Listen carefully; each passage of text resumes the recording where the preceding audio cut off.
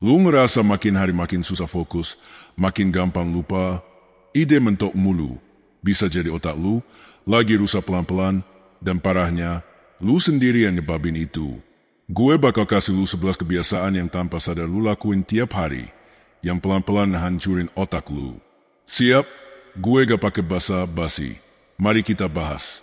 Lu pernah gak sih lagi ngerjain satu hal? Tiba-tiba buka chat, balas notif, terus scroll IG bentar, terus balik lagi ke kerjaan, terus bingung. Tadi gue ngapain ya? Nah, itu multitasking. Dan sayangnya, kita semua ngerasa multitasking itu keren. Kayak sibuk tuh tandanya produktif. Padahal kenyataannya multitasking tuh ngerusak otak lu pelan-pelan serius. Otak kita sebenarnya gak dirancang buat ngelakuin dua kerjaan kognitif berat dalam satu waktu. Kita bisa denger lagu sambil nyapu, iya. Tapi lu gak bisa nulis email penting sambil dengerin orang ngomong serius di telepon. Itu bukan multitasking. Itu lompat-lompat fokus dan otak lu bayar mahal tiap kali lu lakuin itu. Setiap kali lu lompat dari satu tugas ke tugas lain, otak lu tuh kayak harus shifting gear lagi. Kayak mobil manual pindah gigi gas lagi. Dan ini butuh energi. Lu kira lu hemat waktu padahal yang ada lu buang energi mental. Parahnya lagi, ini ninggalin efek samping, lu jadi gampang capek. Lu ngerasa sibuk tapi gak ada yang kelar. Dan yang paling ngeselin, lu ngerasa makin bodoh. Bukan karena IQ lu turun, tapi karena kapasitas memori kerja lo, alias working memory, makin penuh dan makin sering terganggu. Bayangin RAM laptop lu cuma 4 GB, terus lu buka Chrome, Spotify, Zoom, Premiere Pro, dan Adobe After Effects sekaligus. Gak herankan kalau ngelat. Nah, otak lu juga gitu. Dan yang bahaya, multitasking itu bikin candu. Lu ngerasa puas banget tiap kali bisa ngehandle banyak hal sekaligus. Lu dapet dopamin dari ngecek notif, dari merasa aktif, tapi sebenarnya itu ilusi. Karena yang lu lakuin cuma geser-geser tugas tanpa ada yang selesai maksimal. Produktivitas itu bukan soal seberapa banyak yang lu pegang, tapi seberapa dalam lu bisa fokus di satu hal, dan jelasain itu dengan kualitas tinggi. Multitasking juga ngerusak cara lu mikir. Lu jadi kehilangan kemampuan buat berpikir dalam. Lu kesulitan buat konsentrasi lebih dari 10 menit. Lu kebiasaan ngecek dulu bentar, dan tiap kali lu balik, lu butuh waktu lagi buat ingat, buat nyambung, buat ngereset. Dan ini bukan teori doang.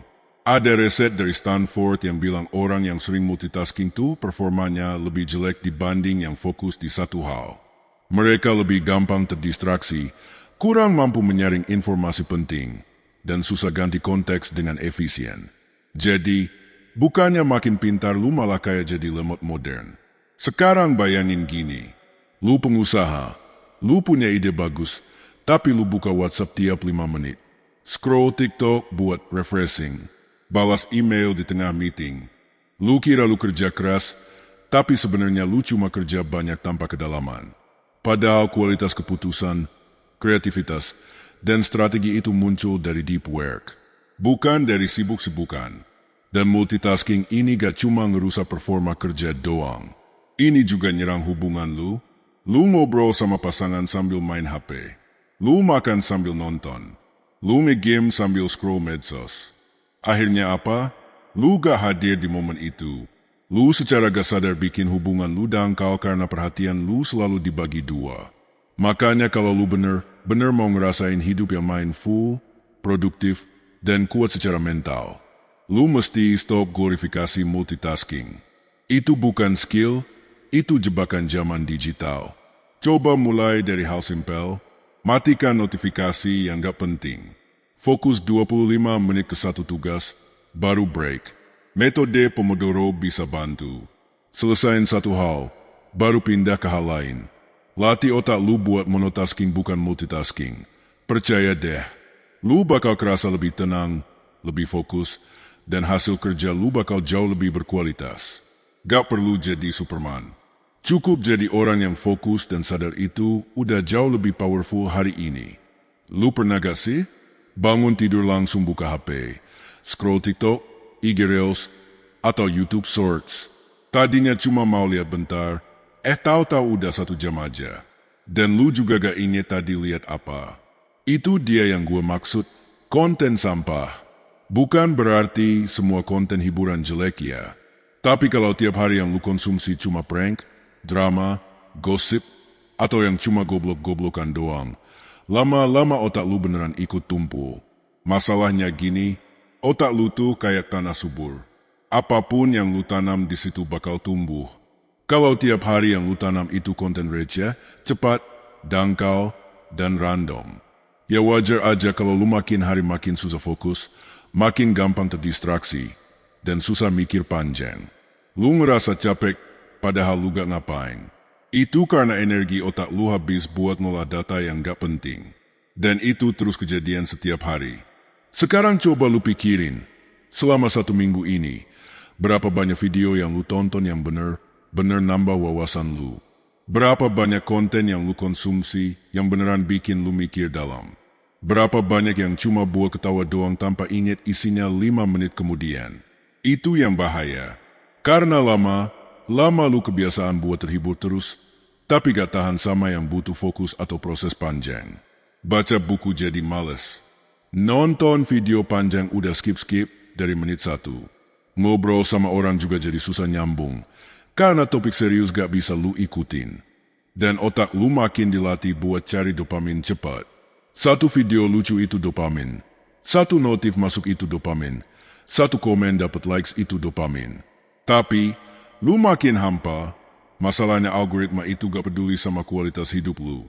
Mereka cuma pengen satu hal, waktu lu. Semakin banyak waktu lu dikasih ke layar semakin mereka senang.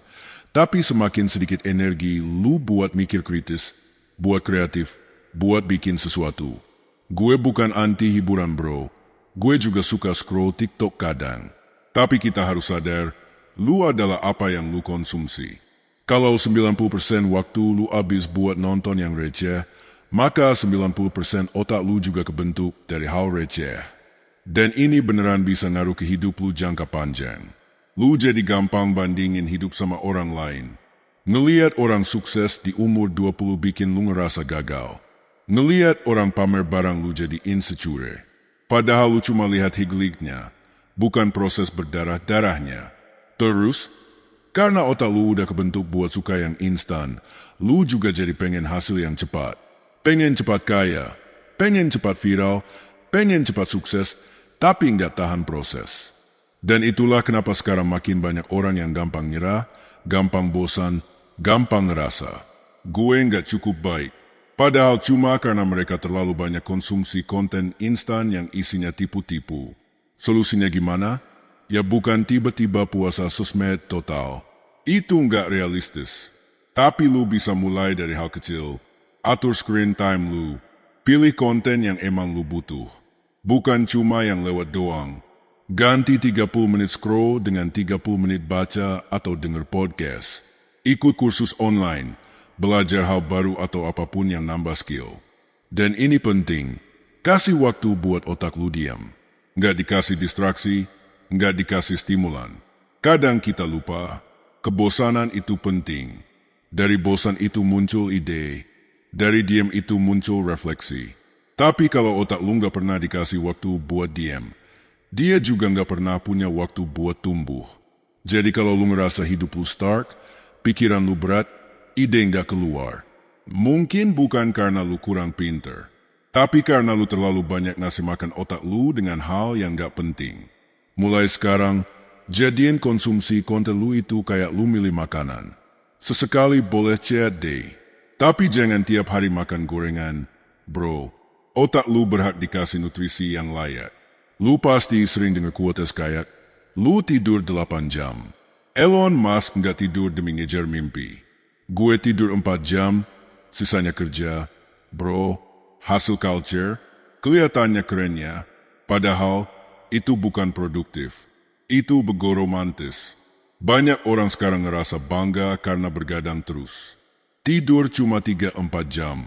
Bangun subuh, langsung kerja, minum kopi 3 kali sehari. Terus upload foto meja kerja jam 2 pagi. Padahal, isi kepalanya udah kayak mie instan kelamaan direbus. Lembek dan blubber kemana-mana. Masalahnya kita hidup di budaya yang nganggap sibuk sama dengan hebat. Dan capek dianggap validasi kalau lu udah kerja keras. Padahal, bro, kurang tidur itu bukan bukti lu produktif. Itu bukti lu nggak ngerti cara kerja otak lu sendiri. Tidur itu bukan jeda. Tidur itu proses penting. Waktu lu tidur, otak lu tuh kayak lagi bersih rumah. Ngebuang sampah informasi nggak penting. Ngerapihin memori. Nyimpen pelajaran dan recharge mental lu. Kalau lu skip tidur buat kerja, ya lu kerja pakai otak setengah rusak. Efeknya, lu jadi susah fokus. Daya ingat lu drop, lu gampang banget emosian. Keputusan lu ngawur. Ide lu mandek mentok mulu. Dan itu bukan cuma gue yang bilang. Penelitian dari Harvard sampai WHO nunjukin, kurang tidur bisa nurunin kemampuan kognitif lu kayak orang mabuk. Bayangin, lu kerja sambil ngantuk berat itu efeknya sama kayak orang bacok, alias bacok plus kopi. Maksain mikir tapi isinya berantakan semua. Yang lebih ironis lagi, lu ngorbanin tidur biar kerjaan kelar. Tapi karena ngantuk, lu ngerjainnya lebih lama dan lebih jelek. Jadi waktu yang lu curi dari tidur malah bikin performa lu gak worth it. Nah, terus kenapa orang masih bangga dengan kurang tidur karena kita hidup di era performatif? Orang lebih sibuk nunjukin dirinya produktif daripada beneran jadi produktif. Upload kerja sampai pagi, edit video sampai subuh, deadline sambil merem. Padahal, kualitas kerjaannya biasa aja. Lu tahu apa yang lebih produktif daripada kerja sampai subuh? Tidur cukup, bangun segar, dan kerja fokus 3 jam tanpa distraksi. Itu baru kerja cerdas, bukan kerja panik. Gue ngerti kadang hidup maksa lu buat begadang. Ada kerjaan lembur, side project, urusan keluarga.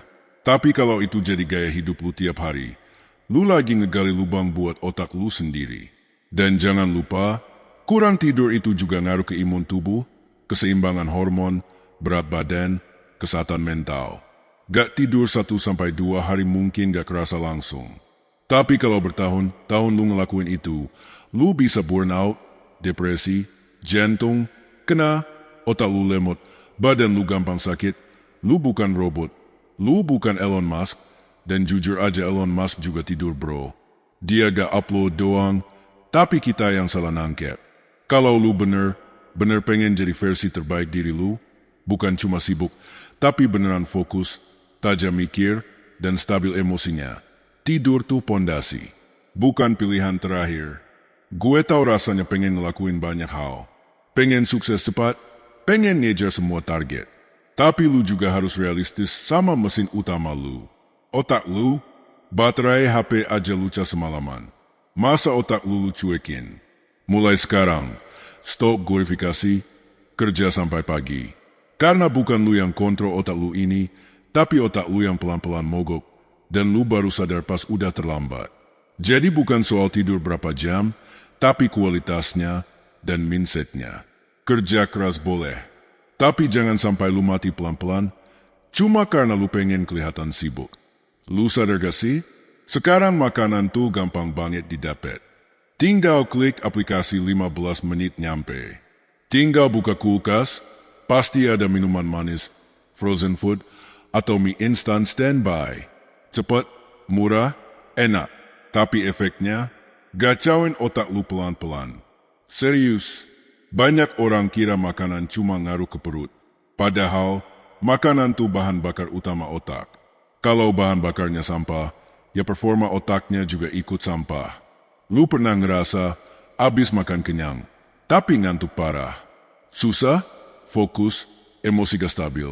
Ngerasa buntu terus padahal kerjaan numpuk. Coba lihat lagi apa yang lu makan. Kebanyakan dari kita, apalagi yang hidupnya cepat dan sibuk, udah kebiasa makan praktis. Fast food, minuman gula tinggi, cemilan asin gurih, gorengan, dan makanan kemasan. Sekali 2 kali oke lah. Tapi kalau tiap hari, itu bukan nutrisi. Itu penghancur mental secara perlahan. Otak kita itu organ yang paling rakus.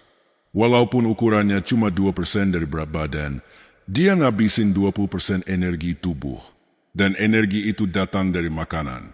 Kalau lu kasih makanan tinggi gula, tinggi lemak trans, rendah serat, efeknya langsung. Inflamasi otak, mood swing, dan daya ingat menurun. Makan junk food tiap hari itu bikin lu kayak jalan terus di kabut tebal. Gak tajam mikir, gampang terdistraksi, dan sering ngerasa hampa. Dan ini bukan cuma teori doang. Penelitian nunjukin, orang yang makan tinggi proses food punya risiko lebih besar kena depresi, kecemasan, bahkan Alzheimer. Kenapa? Karena makanan ngerusak mikrobioma usus, dan usus itu punya koneksi langsung ke otak lu lewat good brain axis. Kalau usus lu kacau, sinyal ke otak juga ikut kacau. Lu makan gorengan, minuman soda, mie instan, ciki, semuanya ngasih lu dopamin cepat. Rasanya puas, tapi itu cuma ilusi. Setelah itu, otak lu malah makin capek. Kayak lu dikasih semangat palsu, tapi habis itu mental lu drop. Yang lebih parah, kebiasaan makan sembarangan itu ngerusak siklus energi harian lu. Lu jadi butuh kopi terus, ngemil terus, makan manis tiap sore, karena sistem gula darah lu roller coaster. Pagi semangat, siang drop, sore loyo, malam trafing. Besoknya, ulang lagi. Dan jangan salah, ini nyambung ke cara lu kerja, cara lu mikir, dan cara lu ngambil keputusan. Otak lelah, bikin lu nunda-nunda, bikin lu gampang nyerah, bikin lu overthinking, dan gak rasional. Banyak orang mikir, gua burnout karena kerjaan. Padahal kadang, lu cuma kurang makan sayur, kurang minum air putih, dan kebanyakan makan gorengan. Coba deh jujur, kapan terakhir kali lu makan makanan utuh, yang gak digoreng, gak dikasih MSG, gak dibungkus plastik? Kapan terakhir kali lu sarapan dengan buah dan protein, bukan kopi sama roti manis doang? Kapan terakhir kali lu minum air putih 2 liter sehari, bukan teh manis dan es kopi susu terus? Tubuh lu tuh mesin, dan otak lu adalah prosesor utama. Kalau tiap hari lu kasih gorengan, mie, ciki, boba, dan makanan cepat saji, ya jangan heran kalau performa lu stuck di situ-situ aja. Gue nggak bilang lu harus jadi food police, harus makan bersih 100% tiap hari. Nggak realistis juga, tapi lu mesti sadar, kalau lu pengen otak yang tajam, mood yang stabil, dan energi yang tahan lama, lu harus mulai jaga apa yang masuk ke mulut lu. Mulai dari hal kecil, ganti satu cemilan jadi buah potong. Tambahin sayur di tiap makan. Kurangin minuman gula tinggi. Minum air putih cukup. Jangan skip sarapan, apalagi langsung minum kopi. Dan yang paling penting, jangan bangga bisa kerja keras kalau pola makan lu hancur. Itu bukan produktif. Itu pelan-pelan bunuh diri versi modern. Junk food equals junk brain. Mau otak lu tajam, mulut lu harus disiplin. Karena performa otak itu bukan dari niat doang, tapi dari nutrisi juga. Lu pernah ngerasa kayak semua orang di sekitar lu tuh ada, tapi lu tetap ngerasa kosong. Rame, tapi sendiri. Online tiap hari, tapi nggak ada yang benar-benar ngerti. Bercanda di grup WA, tapi di dalam hati kayak ada ruang kosong yang nggak bisa lu jelasin. Itu namanya kesepian. Dan parahnya banyak orang ngalamin ini, tapi pura-pura kuat, apalagi cowok. Dari kecil kita diajarin, cowok tuh tahan banting. Jangan manja, jangan baper, jangan ngeluh. Akhirnya, banyak dari kita tumbuh dengan mindset, curhat sama dengan lemah, cerita masalah sama dengan bebanin orang, kelihatan sedih sama dengan malu. Padahal, yang terjadi justru sebaliknya. Lu simpen semua sendiri. Lu pikir lu kuat, tapi pelan-pelan lu mulai ngerasa capek datar hampa. Lu mulai males ngobrol, males ketemu orang, dan ngerasa kayak nggak ada satupun yang bakal ngerti lu. Kesepian itu bukan karena lu nggak punya teman, tapi karena lu ngerasa nggak ada tempat buat jadi diri sendiri. Dan ini pelan-pelan ngerusak. Karena kalau lu nggak pernah cerita, nggak pernah ngelepas. Semua emosi itu numpuk, dan satu saat lu meledak. Bukan marah, tapi mungkin tiba-tiba nangis. Atau tiba-tiba lu hilang arah, ngerasa stuck, nggak ada gairah, nggak tahu harus ngomong apa ke siapa. Manusia tuh makhluk sosial, bro. Tapi bukan cuma soal nongkrong atau seru-seruan. Kita butuh koneksi yang dalam, yang jujur, yang bikin kita ngerasa dimengerti, bukan cuma ditemani. Masalahnya makin gede, makin dikit tempat buat curhat yang aman. Kita takut dinilai, takut dijudge, takut jadi bahan omongan. Akhirnya kita mikir, udahlah simpen sendiri aja. Dan ini makin parah karena media sosial. Lu lihat semua orang kayaknya bahagia, sukses produktif, tiap hari upload kerjaan, liburan, couple goals, self-reward. Padahal mungkin mereka juga lagi kesepian, sama kayak lu. Kita semua pamer bagian terang dari hidup kita, tapi nggak pernah nunjukin sisi gelapnya. Akhirnya, kita ngerasa cuma kita yang berantakan, yang lain kelihatan punya arah. Kita ngerasa gagal, padahal kita cuma manusia. Kalau lu nggak pernah cerita, bukan cuma mental lu yang kena, tapi juga fisik lu. Kesepian itu bisa naikin hormon stres, bikin imun tubuh lu lemah, tidur lu kacau, fokus lu pecah, dan lama lu bisa depresi tanpa sadar. Makanya, jangan anggap remeh curhat. Curhat itu bukan soal drama, bukan soal lemah, tapi soal ngeluarin isi kepala biar lu bisa nafas. Kadang lu nggak butuh solusi, lu cuma butuh didengerin. Ada orang yang bisa duduk, denger, dan bilang om gue ngerti. Dan itu udah cukup banget buat ngurangin beban. Kalau emang gak punya teman buat curhat sekarang, tulis. Serius, tulis di jurnal, ketik di notes, atau rekam suara sendiri. Ngomong ke diri sendiri itu juga bentuk rilis. Tapi jangan simpen semua sendiri. Karena beban emosi itu kayak ranjau. Semakin lama lu bawa sendirian, semakin berat, semakin bikin lu bungkuk.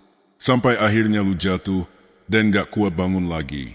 Dan satu hal lagi, kalau lu lihat temen lu mulai menjauh, jarang cerita atau kelihatan gak semangat, jangan tinggalin. Kadang orang yang kelihatan baik-baik aja itu justru yang paling butuh ditanya. Lu lagi baik-baik aja nggak bro? Kita nggak butuh ratusan followers. Kita cuma butuh 1-2 orang yang bisa kita percaya. Yang bisa denger tanpa ngejudge. Yang bisa peluk tanpa tanya-tanya. Jadi jangan nunggu meledak baru cerita. Nggak usah nunggu hancur dulu baru minta tolong. Mulai sekarang, kasih ruang buat lu jadi manusia. Karena kuat itu bukan berarti diam. Kuat itu berani cerita sebelum lu ambruk. Lu sadar nggak sih? Makin kesini, makin banyak dari kita yang hidupnya bener kayak tanaman hias. Bangun tidur duduk, kerja duduk, makan duduk, nonton duduk, main HP tiduran, scrolling TikTok sampai ketiduran. Bangun, ulang lagi, badan kita tuh literally hampir nggak gerak. Paling banter ke dapur ke toilet. Abis itu balik lagi ke kasur. Dan anehnya, ini dianggap normal. Padahal itu bukan hidup. Itu slow mode ke arah penyakit. Rebahan itu nikmat. Tapi kalau tiap hari, tiap waktu jadi gaya hidup itu udah bahaya. Bro, lu ngerasa gampang capek, padahal nggak ngapa-ngapain. Tidur 9 jam tapi bangun masih lemes.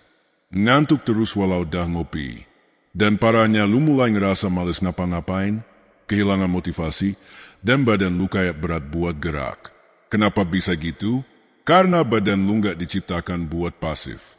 Tubuh manusia tuh didesain buat gerak, bukan rebahan 16 jam sehari sambil nonton video orang lain olahraga. Begitu lu berhenti gerak, semua sistem tubuh juga ikut melambat. Metabolisme lu turun, sirkulasi darah lu jelek, otot lu lemah, postur lu hancur, dan pelan-pelan. Mental lu juga makin tenggelam. Iya, mental. Banyak yang belum paham, gerak fisik itu ngaruh ke mental health. Pas lu gerak, badan lu melepaskan endorfin, hormon yang bikin lu ngerasa lebih happy, relaxed, dan tenang. Tapi kalau lu margir mulu, yang keluar malah kortisol terus, hormon stres. Makanya lu jadi gampang ansius, gampang cranky, gampang overthinking. Dan ini siklus yang jahat banget. Makin lu mager, makin lemes, makin males gerak. Makin males gerak, makin drop mood lu. Ujungnya, lu rebahan, tapi kepala lu riuh. Gak tenang, gak damai. Cuma scroll buat kabur dari pikiran sendiri. Apalagi sekarang semua serba instan. Makanan tinggal order, belanja tinggal klik, hiburan tinggal buka HP. Bahkan ngobrol pun cukup di chat. Akhirnya, tanpa sadar kita makin jauh dari tubuh kita sendiri. Padahal lu gak perlu nge-gym 2 jam buat mulai gerak. Gak usah ikut kelas heat atau maraton. Cukup 5-10 menit gerakin badan. Stretching, jalan kaki keliling rumah, push up 5 kali, naik turun tangga. Yang penting badan lu tahu. Gue masih dipakai loh. Tubuh lu tuh kayak mesin. Kalau kelamaan gak dipakai, dia jadi karatan. Otot lu makin lemah. Sendi lu makin kaku. Dan hal paling simpel jadi effort banget kayak naik tangga atau berdiri lama dikit. Dan yang lebih parah, kalau ini lu lakuin bertahun-tahun efeknya permanen. Risiko diabetes naik, jantung lemah, tulang gampang kropos, berat badan naik pelan-pelan, dan kualitas hidup lu drop total. Semua ini bukan buat nakut-nakutin. Tapi lu harus sadar, rebahan mulut itu bukan healing. Itu perlahan ngerusak diri sendiri. Boleh santai, boleh istirahat. Tapi kalau tiap hari hidup lu cuma antara kasur, kamar mandi, kasur lagi itu bukan istirahat. Itu pelarian. Mulai dari yang simpel, gerakin badan 5 menit tiap bangun tidur. Jalan kaki sambil denger lagu. Stretching sebelum tidur. Pokoknya kasih sinyal ke tubuh. Lu masih hidup, masih bergerak, dan masih mau rawat diri. Karena satu hal yang pasti, lu gak bakal bisa kejar mimpi kalau badan lu aja gak lu jaga. Mau otak tajam, badan lu harus aktif. Mau semangat kerja, badan lu harus bergerak. Mau sehat mental, fisik lu harus lu aja hidup juga. Karena hidup itu bukan cuma soal ide besar, tapi juga soal gerakan kecil yang lu lakuin tiap hari. Pernah gak sih, lu udah capek seharian badan udah rebahan, lampu udah mati, HP udah dimatiin. Tapi otak lu malah nyala.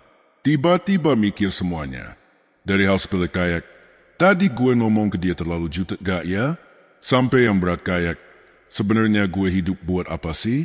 Itu dia, overthinking malam-malam. Penyakit semua orang dewasa yang sok tenang siang hari, tapi perang di kepala pas malam. Dan lucunya, otak tuh pintar banget cari bahan buat diputar-putar. Mulai dari masa lalu, hal yang gak bisa lu ubah lagi. Terus mikir masa depan, yang bahkan belum tentu kejadian. Sampai mikir hal-hal random kayak, gimana kalau dulu gue ngambil jurusan lain? Gimana kalau gue gagal lagi besok? Kenapa ya gue ngerasa gak cukup terus? Padahal besok pagi harus kerja, harus produktif, harus bangun pagi. Tapi otak lu muter terus kayak ada playlist kegelisahan tiada akhir yang di-repeat 24 jam. Dan lu cuma bisa diam, ngelamun sambil mandang langit-langit kamar. Mata melek, badan capek, tapi pikiran muter gak kelar-kelar. Masalahnya, ini bukan soal lu kurang tidur doang. Tapi ini soal beban mental yang gak pernah lu lepas. Lu simpen semua sendiri. Lu tahan siang-siang dan akhirnya keluar semua. Pas dunia lagi sepi. Karena emang gitu kan, malam tuh sunyi. Dan di saat sunyi, suara paling keras itu dari pikiran lu sendiri. Overthinking itu bikin capek bukan karena mikirnya, tapi karena lu gak dapet jawaban. Lu ngerasa stuck. Kayak nyari solusi di tempat yang gak ada pintunya. Dan makin lu mikir, makin kabur semuanya. Makin lu paksa tenang. Makin ribut isinya. Makin lu bilang, udah jangan dipikirin, baru makin jadi dipikirin. Padahal, banyak hal yang lu pikirin itu belum tentu benar. Kadang cuma asumsi. Kadang cuma ketakutan yang dibesar-besarin. Kadang cuma luka lama yang belum lo obatin. Tapi suka muncul tiba-tiba. Dan lucunya, otak lu tuh bisa jahat banget. Dia bisa bikin lu ngerasa gagal, padahal lu lagi berproses. Dia bisa bilang lu sendirian, padahal banyak orang di luar sana juga ngerasain hal yang sama. Cuma kita semua sama-sama jago. Pura-pura kuat, overthinking tiap malam itu bukan karena lu lemah.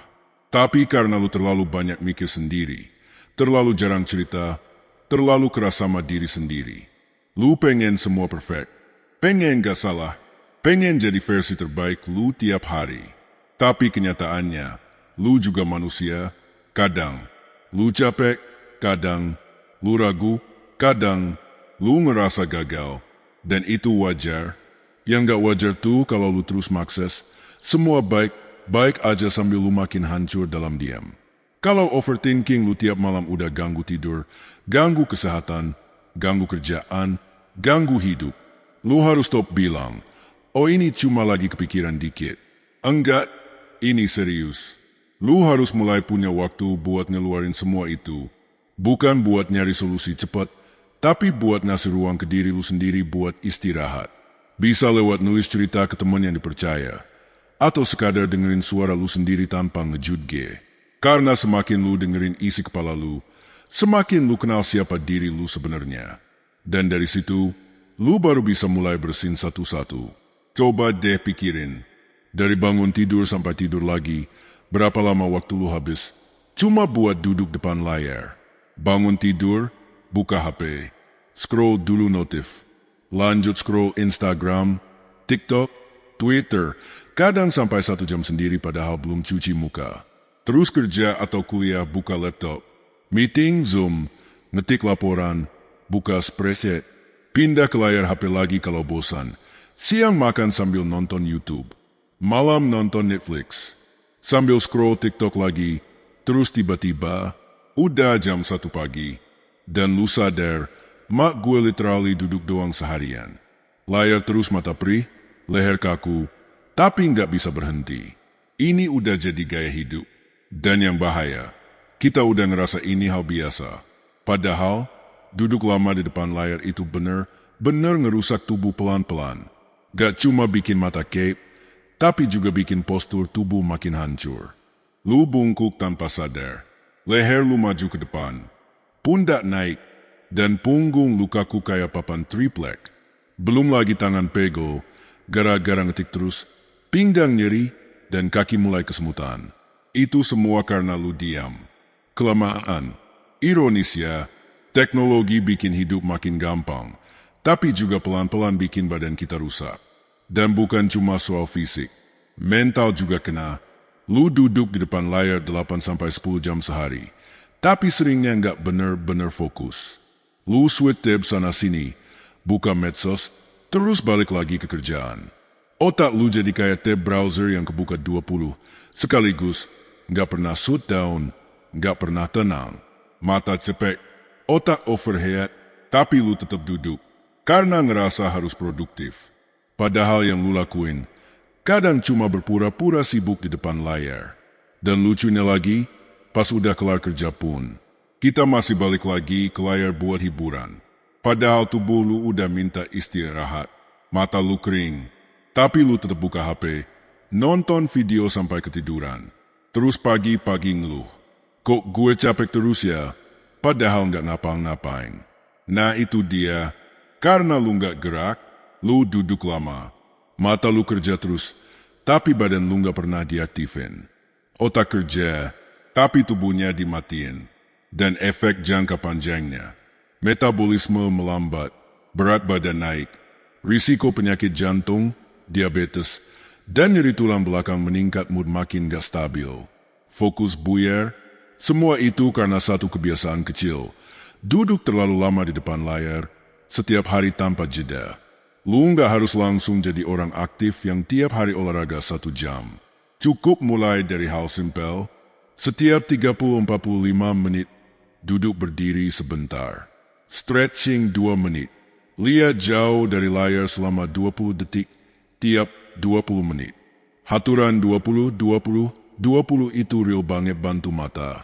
Ganti posisi duduk. Jalan kaki sebentar tiap habis meeting. Dan jangan lupa, offline juga penting. Matikan layar, kasih ruang ke mata lu buat istirahat.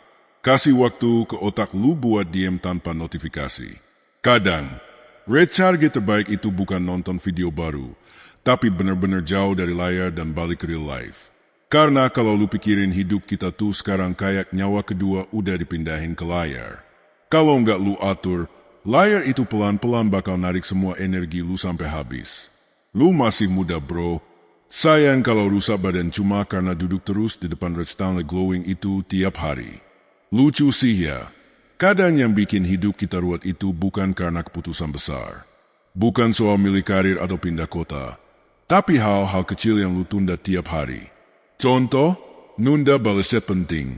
nunda buang sampah, nunda nyuci baju sampai baju dalam habis, nunda bayar tagihan padahal tinggal klik, nunda ngatur jadwal, nunda balikin telepon, nunda mulai ngerjain kerjaan yang sebenarnya bisa kelar dalam 10 menit. Dan giliran semuanya numpuk, baru deh panik. Stres, overwhelmed, ngerasa hidup berantakan padahal semua itu akarnya dari satu kata nunda. Lucunya keputusan-keputusan kecil itu sering banget kita anggap gampang nanti juga bisa. Tapi ya itu, nanti jadi besok-besok jadi minggu depan. Ujung-ujungnya lupa, atau dikerjain mepet deadline sambil stres sendiri. Dan lebih parah lagi, kita suka ngebohongin diri sendiri. Kayak, gue belum mood, tunggu otaknya fresh dikit, gue kerja lebih bagus kalau mepet. Padahal kenyataannya, lu lagi kabur. Bukan karena gak bisa ngerjain, tapi karena lu males ngambil keputusan. Sadar gak sih? Nunda itu keplo. Beban mentalnya tuh ngedap di otak. Tiap lu mau santai lu keinget, tadi belum balas email, gue belum lapor ke atasan, tadi gue liat notif tagihan belum gue bayar, dan akhirnya lu gak pernah bener-bener tenang. Kepala penuh, tapi isi kepalanya bukan masalah besar, melainkan tumpukan keputusan kecil yang belum kelar. Dan makin lu tunda, makin besar efeknya. Tugas kecil berubah jadi beban besar, hal simpel jadi kelihatan ribet, padahal bisa banget kelar dalam 5 menit kalau lu mau gerak. Satu hal yang perlu lu tahu, setiap keputusan kecil yang lu tunda, itu nambah tab beban di kepala lu. Kayak lu buka banyak tab di browser tapi gak ada yang ditutup. Lama laptop lu lemot, otak juga gitu. Kadang biar hidup lu terasa lebih ringan, bukan soal menambah motivasi, tapi soal bersihin hal-hal kecil yang lu tunda. Mau ngerasa lega, mulai dari balas WA sekarang bukan nanti, cuci piring abis makan, bersihin kasur abis bangun, atur jadwal buat besok 5 menit sebelum tidur, catat ide jangan cuma dipikirin doang. Hal kayak gitu gak butuh bakat, gak perlu inspirasi, cuma perlu lu bilang ke diri sendiri, kerjain aja sekarang. Lu gak harus produktif 24 jam. Tapi tolong, jangan terus-terusan kabur dari hal-hal kecil yang penting. Karena kalau lu gak bisa handle yang kecil, gimana mau ngurusin yang besar? Dan jangan salah, konsistensi lu ambil keputusan kecil itu yang nanti ngebentuk karakter lu, nentuin ritme hidup lu, dan lama bikin lu jadi orang yang disiplin dan bisa dipercaya. Jadi ya, kalau sekarang lu ngerasa stuck, sumpah, dan gak jelas mau mulai dari mana, coba cek lagi, ada keputusan kecil apa yang udah lu tunda berhari-hari. Jangan tunggu motivasi, jangan tunggu waktu ideal, karena yang lu butuhin bukan waktu banyak, tapi kemauan buat mulai. Sekarang juga, lu sadar gak sih, kita tuh makin hari makin jarang bener pakai otak. Iya, maksudnya bukan sekadar mikir ya, tapi ngetes kemampuan otak kita buat kerja lebih keras dari biasanya.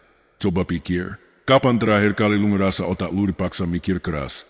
Bukan cuma ngikutin alur kerjaan, bukan cuma nonton video motivasi, tapi beneran ngulik sesuatu yang bikin lu mikir dalam bingung start, tapi tetap lu lanjutin sampai ngerti. Kebanyakan dari kita jujur aja, main aman, kerja rutinitas yang itu-itu aja, ngambil keputusan yang gampang ditebak, scroll sosmed, tonton konten hiburan, baca caption singkat, dan pas dapat sesuatu yang terlalu panjang, langsung bilang, males ah, skip. Ya otak lu jadi mugir juga. Otak tuh mirip kayak otot. Kalau nggak pernah dilatih dia makin lemah, kalau lu kasihnya yang ringan terus jangan. Heran, kalau pas ketemu hal yang butuh fokus, logika, atau kreativitas lu langsung pusing. Stuck, bingung, nggak tahu mulai dari mana. Masalahnya kita hidup di zaman yang ngebuat semua serba instan. Lu pengen tahu sesuatu tinggal tanya AI. Pengen ngerti topik berat, tonton ringkasannya 30 detik. Baca buku, malah cari versi PDF yang udah dikasih highlight aja deh. Lama, otak kita disuapin terus tapi nggak pernah diajak masak sendiri. Dan lu tahu apa efek jangka panjangnya? Lu jadi gampang terdistraksi, susah fokus lebih dari 5 menit, nggak sabaran kalau ngerjain sesuatu yang rumit, nggak pedih ngambil keputusan karena terbiasa ngikutin arahan doang. Kreativitas lu stuck di tempat yang sama. Padahal, tantangan buat otak itu penting banget. Nggak harus selalu berakut. Kadang cukup dari hal simple, nyoba nulis sesuatu tiap hari, baca buku yang di luar zona nyaman lu, ngerjain soal logika atau teka-teki, belajar topik baru kayak sejarah, psikologi atau cara kerja hal teknis. Coba mikirin solusi dari masalah nyata yang ada di sekitar lu. Yang penting otak lu digerakin, dilatih buat mikir lebih dari sekadar reaktif. Dibentuk buat tahan tekanan, tahan bosan, dan bisa ngulik hal baru tanpa harus dikasih contekan duluan. Karena kalau lu biarin otak lu jadi penonton pasif terus, ya lama lu jadi orang yang cuma bisa ikut arus. Nggak bisa mikir kritis, nggak bisa nyari jalan keluar waktu mentok, nggak punya voice sendiri karena lu terbiasa konsumsi bukan ngolah. Dan ini bahaya banget kalau lu punya mimpi besar. Lu nggak akan bisa bangun sesuatu yang hebat cuma modal informasi instan. Lu butuh skill mikir yang dalam, butuh kemampuan buat gembangin ide, dan itu cuma bisa dilatih kalau lu tantang otak lu tiap hari. Gimana caranya? Jangan males mikir, jangan takut sama topik yang susah, jangan hindari diskusi yang berat, jangan selalu cari jalan pintas. Justru pas lu lagi pusing, mentok, bingung, itu tandanya otak lu lagi tumbuh dan semakin sering lu lewatin. Momen kayak gitu, semakin kuat otak lu buat ngadepin tantangan apapun ke depan. Jadi mulai sekarang, berhenti menjain otak lu, mulai kasih dia makanan yang padat. Bukan cuma cemilan receh dari konten-konten cepat habis, karena lu pantas jadi orang yang tajam cara mikirnya. Bukan cuma cepat scrollnya, topik ini agak sensitif, tapi jujur aja kita nggak bisa terus pura-pura nggak ada. Pornografi itu udah jadi bagian dari hidup banyak orang, gampang diakses gratis, tinggal buka HP, cari klik, selesai. Dan buat sebagian orang itu kayak pelarian, lagi stres buka, lagi bosen buka, lagi ngerasa sendiri buka, lagi gabut buka juga. Tapi masalahnya bukan di situ. Masalahnya makin lama lu ngelakuin itu, makin lu terjerat di dalamnya. Awalnya cuma pengen tahu, lama-lama keterusan, terus jadi kebiasaan, dan ujung-ujungnya, lu sendiri ngerasa, gue udah nggak bisa lepas. Pornografi itu tricky, dia kasih dopamin instan kayak junk food buat otak lu. Lu ngerasa puas, seneng, teralihkan sebentar, tapi abis itu lu ngerasa kosong.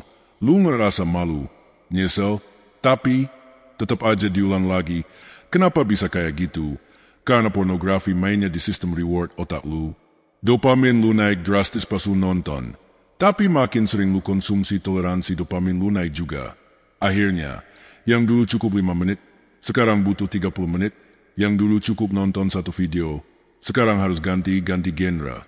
Cari yang lebih ekstrim, dan lu nggak sadar, otak lu udah kebal, dan yang lu kejar bukan lagi kepuasan, tapi cuma buat numbuhin rasa yang udah mati.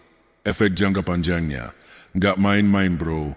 Lu jadi susah fokus, produktivitas lu turun, lu mulai susah ngerasa tertarik sama hal nyata, interaksi sama orang, terutama lawan jenis, jadi canggung atau mati rasa.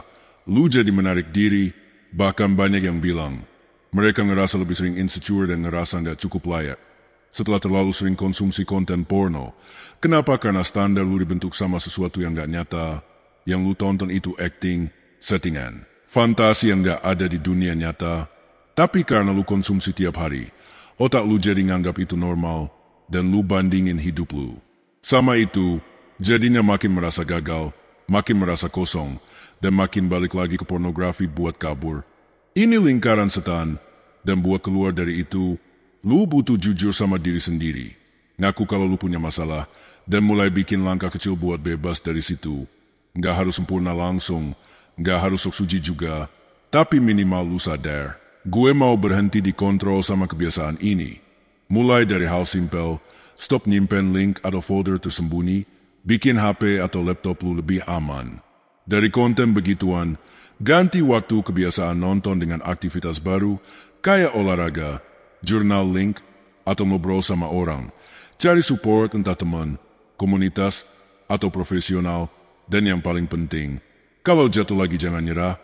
Proses lepas dari pornografi itu bukan sprint, tapi maraton. Ada jatuh, ada relapse, ada kecewa, tapi selama lu konsisten bangkit lagi, lu akan pelan-pelan balik jadi versi lu yang lebih sehat, karena yang rugi bukan orang lain, tapi lu sendiri. Waktu lu habis, fokus lu hancur, hubungan lu dingin, dan lu tahu semua itu nggak worth it. Jadi sekarang, tanyain ke diri sendiri, lu mau terdikendalikan sama konten yang gak nyata, Atau lu mau ambil hidup lu balik dan jadi lebih utuh? Jawabannya cuma bisa datang dari lu.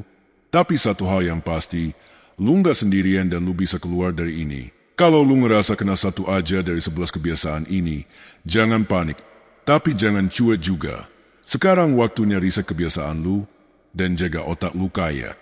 Lu jaga aset paling berharga. Kalau lu suka konten kayak gini, jangan lupa like, share ke temen lu yang butuh sadar juga, dan subscribe biar nggak ketinggalan insight-insight lain soal self-growth dan produktivitas. Ingat, otak lu itu pusat semua keputusan besar dalam hidup. Lu jagain dia jagain masa depan lu. Sampai ketemu di video selanjutnya. Keep upgrading your brain.